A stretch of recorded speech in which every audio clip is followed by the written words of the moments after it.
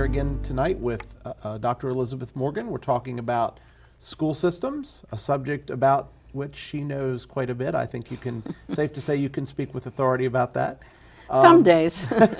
We were talking about magnet schools, and we went local for a minute, and I know we talked about it in a broader sense, but we went local and we talked about Barbara Ingram. You know, one of the things that I see happening from Barbara Ingram is that we're creating a generation of people that are in tune with our downtown. What are your thoughts on that? Well, again, it comes back to exposure, the exposure that kids have, and opportunity. The more opportunities they'll have, the more they'll be able to follow their interests. They'll be able to branch out into so many different directions. The exposure will help them to know and understand what they like, what they don't like, what they want to do in the future. We were talking about Arnie Duncan, and Arnie used to say that he didn't really believe in the achievement gap. He believed it was really an opportunity gap, because limited opportunity for a kid keeps them kind of in a box. The broader the opportunity, the more kids are exposed, and the more they have choices and decisions and things that they can look at and get interested in. And I absolutely believe in what he said. It is about opportunity, and it is about the limited opportunity leads to the academic gap. And so that's why I think it was very important for us to create choice, not only for kids, but for parents as well. And it's not only Barbara Ingram, we have International Baccalaureate program, we have languages at Boonesboro. Technical high school? Yeah, the technical high school we greatly expanded and changed. We didn't have courses like robotics. We didn't have some of the courses that they have there now that are really advanced physics, that are fabulous. They're incredible. As well as culinary. So even some of the arts type things. Exactly, and think of the opportunities the kids are having now who are working with robotics. They're going to go into that tech future and know more than the next kid. I think we even have academies at places like Hancock and all over. I mean, I'm assuming that these are still going on. I haven't kept in touch with that, but I think the more options we have for kids, the better, and the more they'll be able to learn about themselves, their skills, and then what the world has to offer. With what you're seeing through Arnie Duncan, who was in the Chicago School District before he became Secretary of Education for the country, what are we missing in Maryland? What do we have maybe in Maryland that other states don't have? Are we at that cutting edge of education in the state of Maryland? Does that fit into our university system in Maryland, which comes back to Hagerstown as well? How do we sit from a graduate, from an undergraduate, from high school to undergraduate to graduate? How do we fare in Maryland? Well, there are really some exceptional programs all over the country. I saw high school with no walls, where kids are totally learning through technology.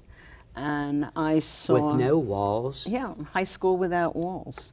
Kids go out into the community, they go on various kinds of trips, they voyage far and wide, and they are learning a lot through technology.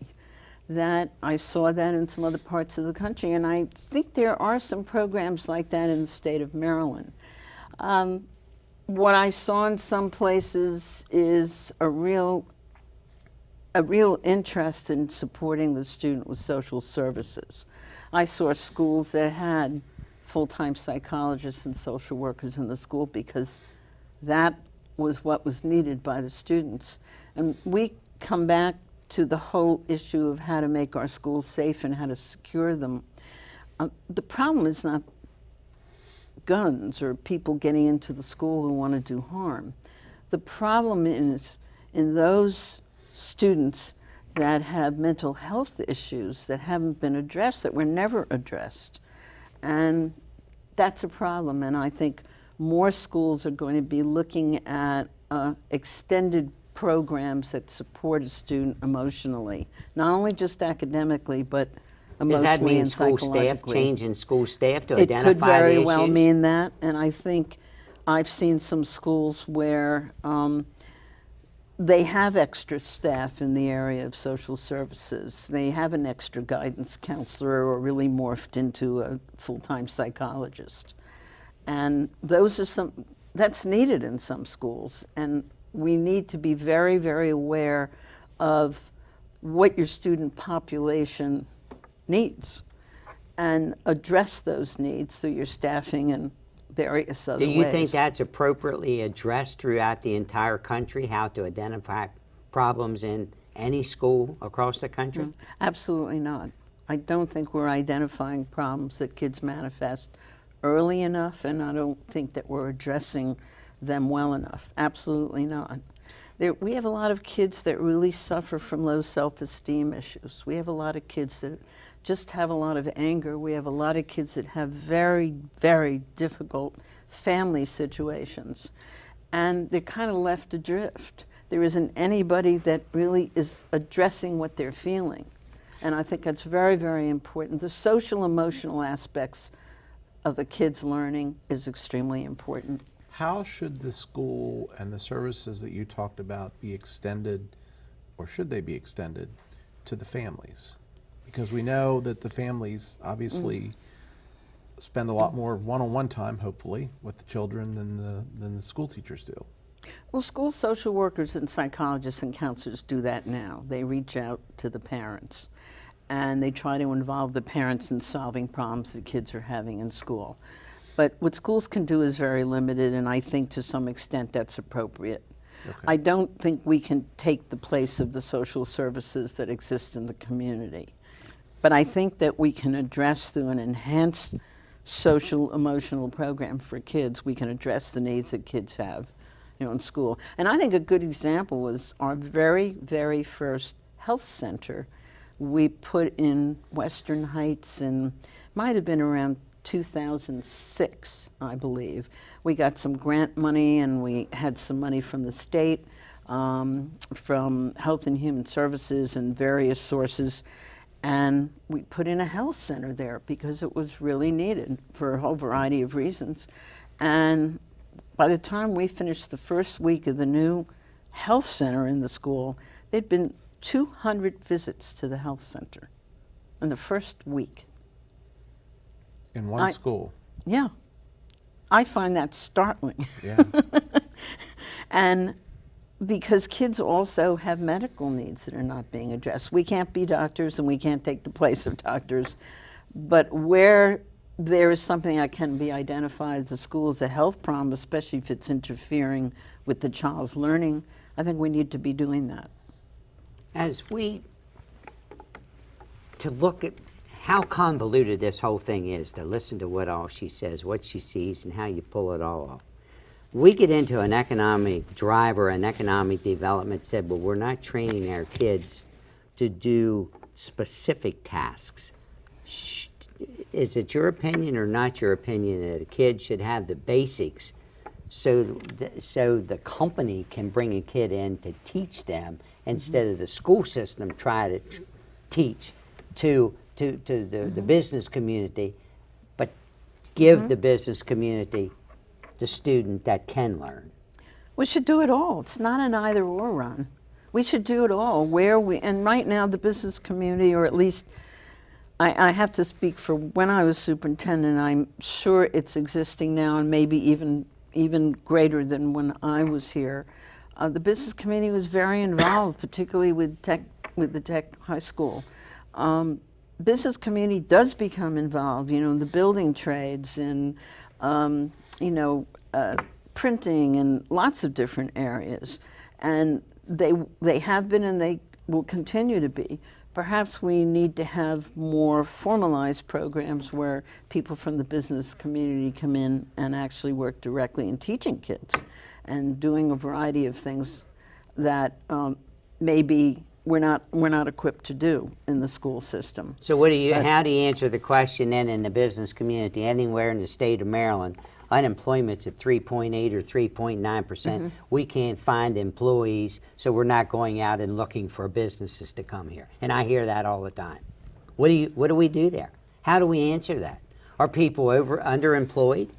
how many people are underemployed that could move up and open some beginner positions? Well, I think most businesses want common sense, reliable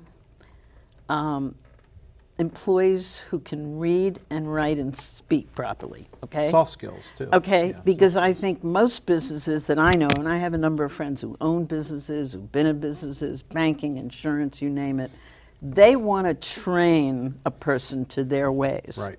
They will take you with no background, but if you have smarts, if you can speak well and read and write well, and if you have good academic background, people would say to me, oh, Dr. Morgan, you emphasize college too much and not every kid's going to go to college. And I said, I realize that, and that's fine. But it's my job to educate a kid as if they're going to go to college. Why should we cut them short? Let's educate a kid to the full extent that we can so when they graduate from high school, we can guarantee that they're problem solvers, they're thinkers, they have good math skills, they have good reading skills, and any employer would be thrilled to take them and train them. Well, and to your point earlier, it gives them the choices. It Of gives course. them the opportunities. Sure. Because now they can take the trade position, they can take the college, they can do what they want to do. Whatever. And I think that's what employers are looking for. They're not looking for someone that was trained in insurance. They're not looking for someone who was trained in real estate. They're looking for someone who can think and can speak to people and can read a manual or can read instructions or can eventually lead people. Right. Okay, you said your So, Barbara yeah. Ingram school kid had a choice to go to that school. Right. You think if more kids had choices, they would do better in school? Definitely. Definitely. When kids can choose and parents can choose, it's much more motivating for them. Well, isn't that evidenced by the fact that, like at the technical high school, like at Barbara Ingham's, at these boutique schools, the academic rigor is not, it's higher than what you might find at a normal high school. Is that accurate? Not really. Okay. Not really. I think Barbara Ingram is a normal high school. What I have found fascinating is that kids were not accepted based on their academic skills. And the first few years that we started this, we really weren't sure what kind of kids would apply. So we had kids who had some low academic skills. We had kids who had very high academic skills. And guess what? As a result of the Barbara Ingram experience, they all came along and were able to really advance and grow They achieved academically. more. Yeah, I mean, kids were only accepted on their art ability, you know, portfolio and their audition, not on their academics. But what's been amazing to me is in an art school where kids were not accepted on academics. I mean, it doesn't surprise me when there's a magnet school, it's a high academic program, and the school does extremely well. But what's startling is when you have a Barbara Ingram and art school rank third in the entire state on SATs, when kids were not accepted into that school on Based on academic. academics. That is startling. And it has ranked in the top, I think it just made in one of the top high schools in America in Newsweek. For like the third year in a row, I think they announced at the dedication recently. That's startling. So that answers your question. When kids are motivated, they're going to work like a demon to do Right. well because they want to stay in that school and they want to do well there because they chose it. All right, when we come back, You're good. When we come back, we're going to have one more segment with Dr. Morgan, and we're going to talk about what our school needs are going to be going into the future. We hope you'll stay with us.